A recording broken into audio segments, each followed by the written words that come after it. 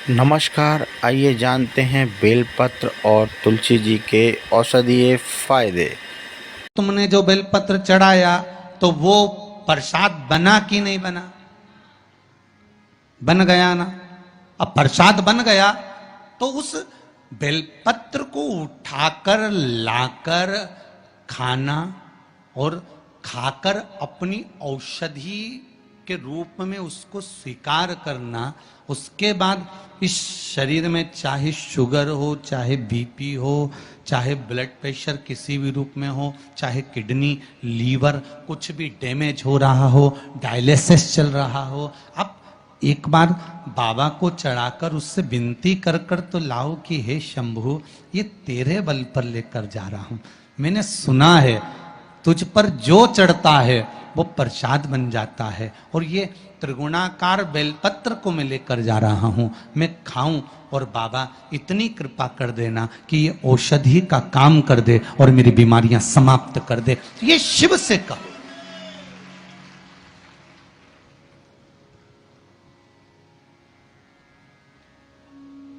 क्यों निर्माल्य बनकर फेंका जाए बेलपत्र को?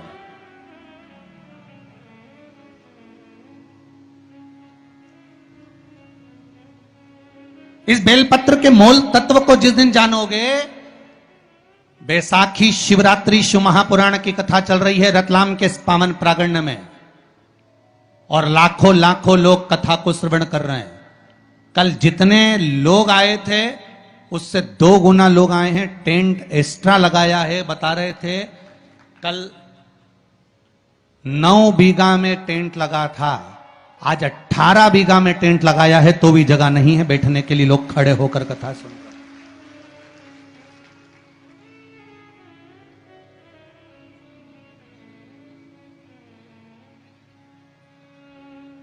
और 18 बीघा के टेंट में भी जगह नहीं। पीछे पुरुष को आप एक निगाह अगर मारकर देखेंगे तो ढेरों में खड़े हैं, इधर देखो उधर देखो, जहां निगाह पहुंच जाए उधर देख लीजिए। हमारे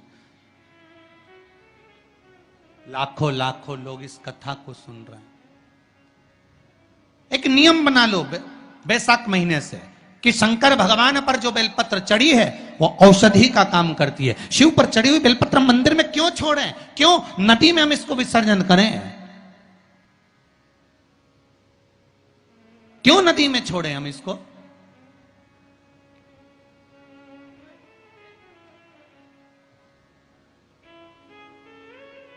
उसको उठा लाए, उसका प्रयोग करा, खाया, और उसका जो फल हमें मिला वो जीवन का सुख। हम तो ब्राह्मणों से भी कहेंगे, जितने ब्राह्मण जन शंकर भगवान के मंदिर में पूजन करते हैं, जितने विप्र जन भगवान शिव के मंदिर में पूजन करते हैं, उनको करबद्ध निवेदन, उनके चरणों को प्रणाम कर कर, उनके चरणों को नमन कर कर, उन ब्राह्मणों के चरणों को नमन कर कर निवेदन करूंगा कि आप शंकर जी के मंदिर में कोई प्रसाद बांटो ना बांटो, जो बेलपत्र शंकर जी के मंदिर में चढ़ती है उस बेलपत्र को उठाकर धूप में डाल दो, सुखा लो, पीस लो, और पीसने के बाद उसकी पुड़िया बना लो। उस पुड़िया को प्रसाद के रूप में देना चालू कर दो कि ये खाना चालू करो। किडनी लीवर शुगर बीपी सब धीरे धीरे धीरे धीरे समाप्त होने लगेगा। तुम करो तो वो बेलपत्र ना तो किसी नदी में विसर्जन करने की जरूरत है और ना कहीं फेंकने की जरूरत है।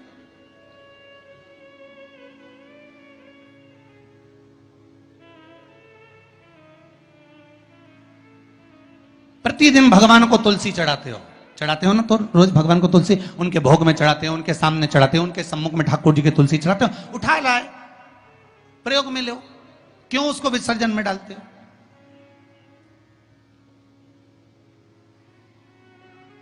जो विसर्जन के लायक है उसका विसर्जन करो, और विसर्जन भी कहां करो? क्षिप्रा, गंगा, नर्मदा, सरयू, या आपके क्षेत्र की कोई पवित्र नदी है, उस नदी में ले जाकर कोई निर्माल्य वस्तुएं मत पटको।